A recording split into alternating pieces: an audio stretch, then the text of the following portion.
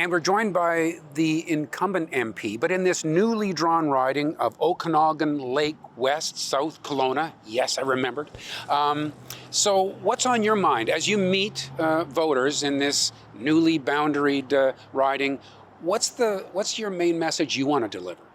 Well, first of all, when I go to some of these new doors, people ask, why isn't Tracy Gray my candidate? So I end up explaining that, as you said, the riding boundaries have changed.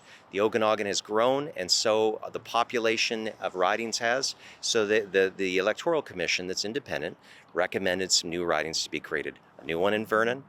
Kelowna will now just be known simply as Kelowna, and a greater amount of the South Kelowna area will now join in with Summerland, Peachland, and West Kelowna. So you become, if you were to win, a Kelowna MP as well, at least partly.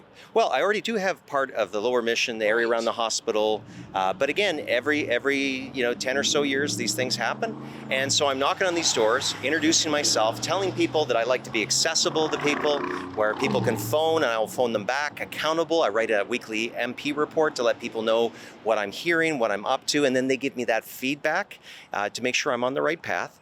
And then lastly, I really work to get results. So whether it be people in Casa Loma looking to this side with the Bell cell towers that were flashing all the time at night, we worked with Bell to diminish that. Or if it's a woman on the other side of the lake who had an issue with cystic fibrosis where she couldn't access a new medication. So these are the things that, as a local member of Parliament, it's not just helping people get their passports if it's lost in the mail. It's these important things that increase the quality of their lives. So this election takes place at a time that is really almost without precedent. Number one, so many people are now talking about federal politics who otherwise wouldn't be because of, the Donald Trump stuff, the annexing and the tariffs.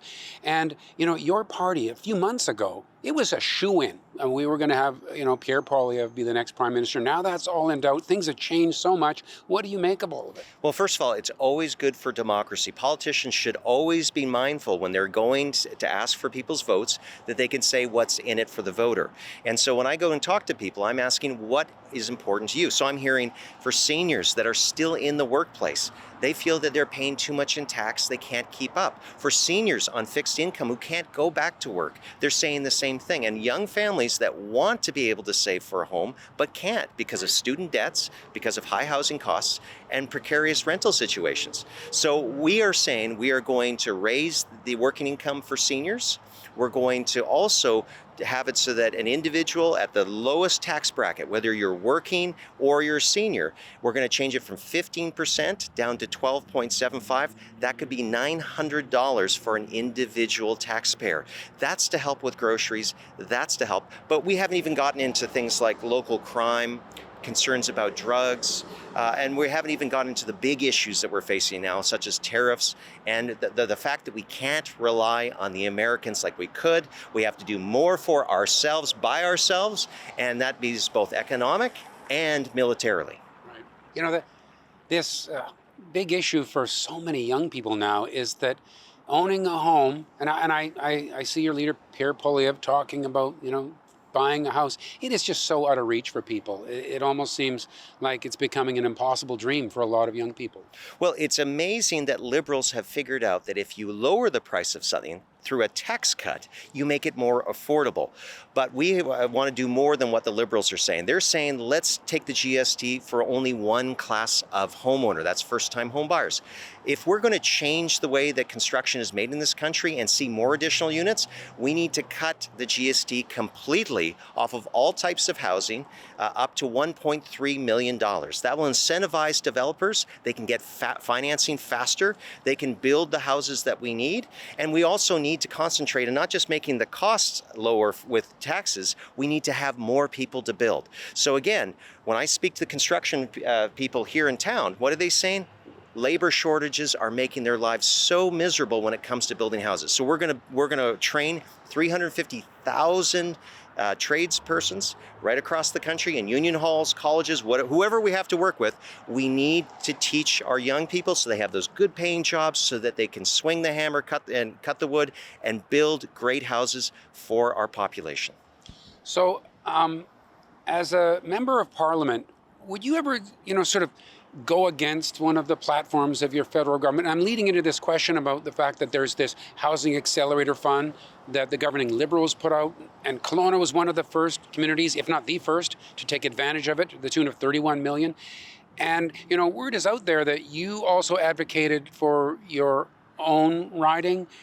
Is that sort of breaking away from your party's leadership, or how do I? No, absolutely not. So constituency work, if a constituent comes in and they want to know whether they can access a government program, or if there's a information gap where departments are getting back, like what happened with West Kelowna, I was asked by the mayor to inquire when the government would be coming up with their grants for the accelerator fund.